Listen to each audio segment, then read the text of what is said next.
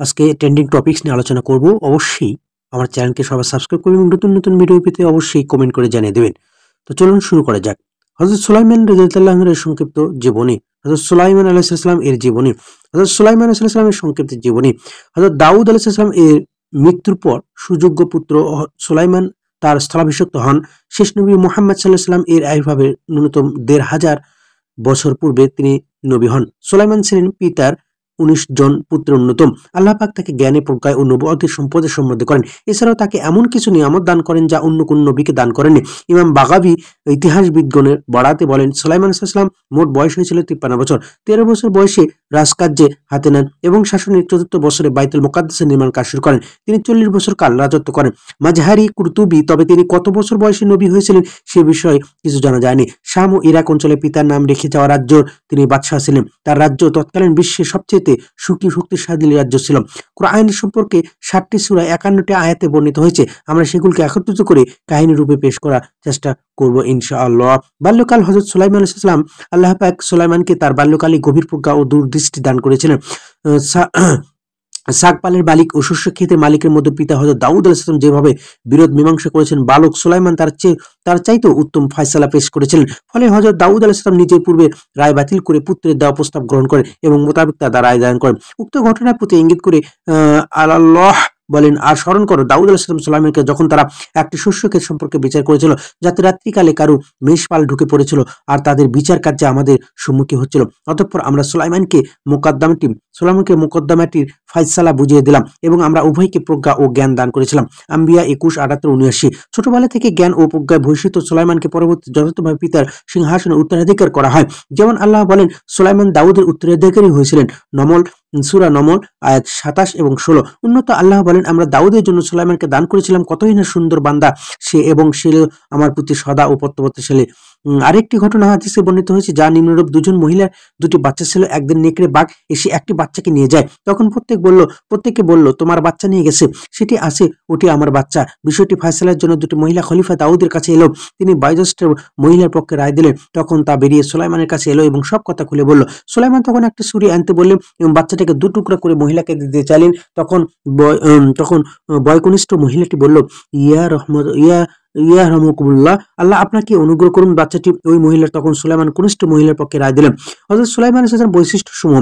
দাউদ আলাইহিস সালামের ন্যায় সুলাইমান আলাইহিস সালামকেও আল্লাহ বিশেষ কিছু বৈশিষ্ট্য দান করেছিলেন যার আর কেউ দান করেননি। যেমন বায়ুপ্রবাহ অনুগত হওয়া, তারপরে তামাকে তরল ধাতুতে পরিণত করা, জিনকে অধীনস্থ করা, পক্ষীকুলকে অনুগত করা, পিপিলিকার ভাষা বোঝা, অতুলনীয় সাম্রাজ্য দান করা, অনুগ্রহ প্রাপ্ত রাজ্যের হিসাব না রাখা অনুমতি পাওয়া যায়। নিম্নে বিস্তারিত আলোচনা করা হলো। বায়ুপ্রবাহকে তার অনুগত করে দেওয়া হয়েছিল। তার হুকুম মতো বায়ু তাকে ইচ্ছামতো স্থানে বহন করে নিয়ে যেত। তিনি সদল বলে বায়ুপীঠে নিজে সিংহাসনে শোয়ার ২ মাসের পথ একদিনও পৌঁছে যেতেন। যেমন আল্লাহ বলেন, এবং আমরা সুলাইমানের অধীনে করে দিয়েছিলাম বায়ুকে, যা সকালে ১ মাসের পথ ও বিকালে ১ মাসের পথ অতিক্রম করত। উল্লেখ্য যে ইবনে আব্বাস রাদিয়াল্লাহু আনহু নামের কথা শুনে বর্ণিত হয়েছে যে মানুষ ও জিনের ৪ লক্ষ আসন বিশিষ্ট বিশাল বহর নিয়ে সুলাইমান বায়ু প্রবাহে যাত্রা করতেন এবং যারা পথ চালাতে করতে থাকতেন এবং মহা নিয়ামত প্রদানের জন্য আল্লাহর শুকরিয়া আদায় করতেন। এর দ্রুত চলা সত্ত্বেও বায়ু তরঙ্গে তাদের ওপরে কোনরূপ চাপ সৃষ্টি হতো না এবং রোদ বৃষ্টি থেকে রক্ষার জন্য মাথার ওপর দিয়ে লাখ লাখ পাখি তাদের ছায়া করে যেত ইত্যাদি যেসব কথা তাফসিরে কিতাবের সময় বর্ণিত হয়েছে, তারা সবই ভিত্তিহীন ও ইসরাইলের উপকথা মাত্র। আল্লাহ বলেন, আর আমরা সুলাইমানের অধীনে করে দিয়েছিলাম প্রবল বায়ুকে, যা তার আদেশ প্রবাহিত হতো ওই দেশের দিকে দিকে আমরা কল্যাণ রেখেছি, আর আমরা সকল বিষয়ে সম্যক অবগত করেছি। সূরা আম্বিয়া ২১-৮১। উন্নত আল্লাহ উক্ত বায়ুকে রোজা বলেছেন সুয়াদ ৩৮ এবং ৩৬, যার অর্থ মৃদু বায়ু বা শূন্য তরঙ্গ সংজ্ঞা সৃষ্টি করে না। দুটি বিশেষণের সমন্বয় এভাবে হতে পারে যে কোনরূপ তরঙ্গ সংজ্ঞা সৃষ্টি না করে তীব্র বেগে বায়ু প্রবাহিত হওয়াটা ছিল আল্লাহর বিশেষ রহমত ও সুলাইমান উন্নত মজিদা। উল্লেখ্য যে হাসান বসরির নামে যে কথা বলা হয়েছিল, যাকে একদিন ঘোড়া তদারকি করতে গিয়ে সুলাইমানের আসরের সালাত কাজা হয়ে যায়, সেই ক্ষোভে তিনি ঘোড়া জবাই করে দেন। ফলে তার বিনিময়ে আল্লাহ তাকে পুরস্কার স্বরূপ বায়ু প্রবাহকে অনুগত করে দেন বলে সে কথা তাফসিরে কিতাবসমূহে চালু আছে। তার কোনো ভিত্তি নেই। এগুলো হিংসুক ইহুদির রটনা।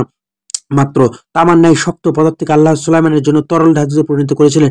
যেমন আল্লাহ বলেন, আমরা তার জন্য গলিত আমার একটা ঝর্ণা প্রবাহিত করেছিলাম। সাবা 34:12। এর দ্বারা বোঝা যায় যে ওই গলিত ধাতুর তত্ত্ব ছিল না, বরং তা দিয়ে অতি সহজে পাত্তাদি তৈরি করা যেত। সুলাইমান পর থেকে তামা গলিয়ে পত্তাদি তৈরি করা শুরু করে দেয়। কুরতুবী বর্ণনা করেছেন, পিতা দাউদের জন্য ছিল লোহা গলানোর মজেজা এবং পুত্র সুলাইমানের জন্য ছিল তামা গলানোর মজেজা। আর এই জন্যই আয়াতের শেষে আল্লাহ বলেন, হে দাউদ পরিবার, কৃতজ্ঞতা সহকারে তোমরা কাজ করে যাও। বস্তুত আমার বান্দাদের মধ্যে অল্প সংখ্যক কৃতজ্ঞ। সাবা 34 এবং 13। ন্যায় বিচারের ঘটনা। ছাগল পালের মালিক ও শস্য ক্ষেত্রের মালিকের মধ্যকার বিরোধ মীমাংসার তার দেওয়া প্রস্তাব বাদশাহ দাউদ আলাইহিস সালামকে গ্রহণ করেন এবং নিজের দেওয়া পূর্বের রায় বাতিল করে পুত্র সুলাইমানের দেওয়া পরামর্শ অনুযায়ী রায় দেন ও তার কার্যকর করেন। এটি ছিল সুলাইমানের বাল্যকালের ঘটনা, যা আল্লাহ পবিত্র কোরআনে বর্ণনা করেছেন সূরা আম্বিয়া 21:58। ঘটনা আমরা দাউদ আলাইহিস সালামকে কাহিনীতে হলে বলেছেন। বাইতুল মুকাদ্দাস নির্মাণ ও সুলাইমানের গুরুত্ব ঘটনা বিষয়ক। বাইতুল মুকাদ্দাসের নির্মাণ সর্বপ্রথম ফেরেশতাদের মাধ্যমে অথবা আদম আলাইহিস সালামের কোনো সন্তানের মাধ্যমে সম্পন্ন হয়। কাবা গৃহ নির্মাণ 40 বছর পরে, অতঃপর স্বপ্নাদিষ্ট হয়ে হযরত ইয়াকুব আলাইহিস সালাম পুনর্নির্মাণ করেন। তার প্রায় 1000 বছর পরে দাউদ আলাইহিস সালাম পুনর্নির্মাণ করেন শুরু করেন এবং সুলাইমান আলাইহিস সালামের হাতে তা সমাপ্ত হয়। কিন্তু মূল নির্মাণ কাজ শেষ হলো, আনুষঙ্গিক কিছু কাজ তখনও বাকি ছিল। তখন হযরত সুলাইমানের মৃত্যুকালে ঘনিয়ে এলো। এই কাজগুলো অবাধ্যগত শ্রবণ জিনদের উপরে ন্যস্ত ছিল। তারা হযরত সুলাইমানের ভয়ে কাজ করত। তারা তার মৃত্যুর সংবাদ জানতে পারলে কাজ ফেলে রেখে পালাতো, ফলে নির্মাণ কাজ অসম্পূর্ণ থেকে যেত। তখন সুলাইমান আলাইহিস সালাম আল্লাহর নির্দেশে মৃত্যুর জন্য প্রস্তুত হয়ে যায়। কাঁচ নির্মিত মেহরাবে প্রবেশ করলেন, যাতে বাইরে থেকে ভেতরে সবকিছু দেখা যায়, কিন্তু বিধানুযায়ী ইবাদতের উদ্দেশ্যে লাঠিতে ভর করে দাঁড়িয়ে গেলেন, যাতে রূহ বেরিয়ে যাওয়ার পরেও লাঠিতে ভর দিয়ে দেহ স্থান দাঁড়িয়ে থাকে। সেটাই হলো আল্লাহর হুকুম। তার দেহ উক্ত লাঠিতে ভর করে 1 বছর দাঁড়িয়ে থাকলো। দেহ পচলো না, খসলো না, পড়ে গেল না। জিনেরা ভয়ে কাছে যায়নি, ফলে তারা হাড় ভাঙ্গা খাটুনি খেটে কাজ করে শেষ পেল। এভাবে কাজ সমাপ্ত হলো। আল্লাহর হুকুম কিছুই উপকার সাহায্য লাঠি ভেঙে দেওয়া হয় এবং সুলাইমান আলাইহিস সালামের লাশ মাটিতে পড়ে যায়। কিন্তু কথাগুলো আল্লাহ বলেন নিম্নভাবে, অতঃপর যখন আমরা সুলাইমানের মৃত্যু ঘটালাম, তখন ঘুন পোকাও জিনদেরকে তার মৃত্যুর সম্পর্কে অবহিত করলো। সুলাইমান লাঠি খেয়ে যাচ্ছিল। অতঃপর যখন তিনি মাটিতে পড়ে গেলেন, তখন জিনেরা বুঝতে পারলো যে যদি তারা অদৃশ্য বিষয় জানতো, তাহলে তারা মসজিদ নির্মাণে এই হাড় ভাঙ্গা খাটুনি আযাবের মধ্যে আবদ্ধ থাকতো না। সাবা 14। সুলাইমানের মৃত্যুর এই ঘটনা আংশিক কোরআনে আলোচ্য আয়াতে, আংশিক ইবনে আব্বাস রাদিয়াল্লাহু তাআলা প্রমুখ বর্ণিত হয়েছে। উক্ত আয়াতের ব্যাখ্যায় তাফসিরে জালালাইনি বলা হয়েছে, শয়তানেরা জাদু হতে আবৃত্তি করত এবং সুলাইমানের সিংহাসনের নিচে তারা দাফন করেছেন এবং রাজত্ব ছিনিয়ে নেওয়ার প্রকালে আমরা বলি সুলাইমান ছিলেন একজন জলিলুল কদর নবী ছিলেন। তিনি জাদুকর ছিলেন না, বরং জাদুর শক্তির বলে তিনি সবকিছুকে অনুগত করেননি। তার সিংহাসনের নিচে কোনো জাদু কেউ লুকিয়ে রাখেনি। তাছাড়া তার রাজত্ব ছিনিয়ে নেওয়ার মতো কোনো অঘটন ঘটেনি এবং এমন কোনো খবর আল্লাহ পাক তার রাসূল সাল্লাল্লাহু আলাইহি ওয়াসাল্লাম আমাদেরকে দেননি। এগুলো নবীগণের মর্যাদা ও বরখেলাপ এবং ইসরাঈল ও কল্প কাহিনী মাত্র।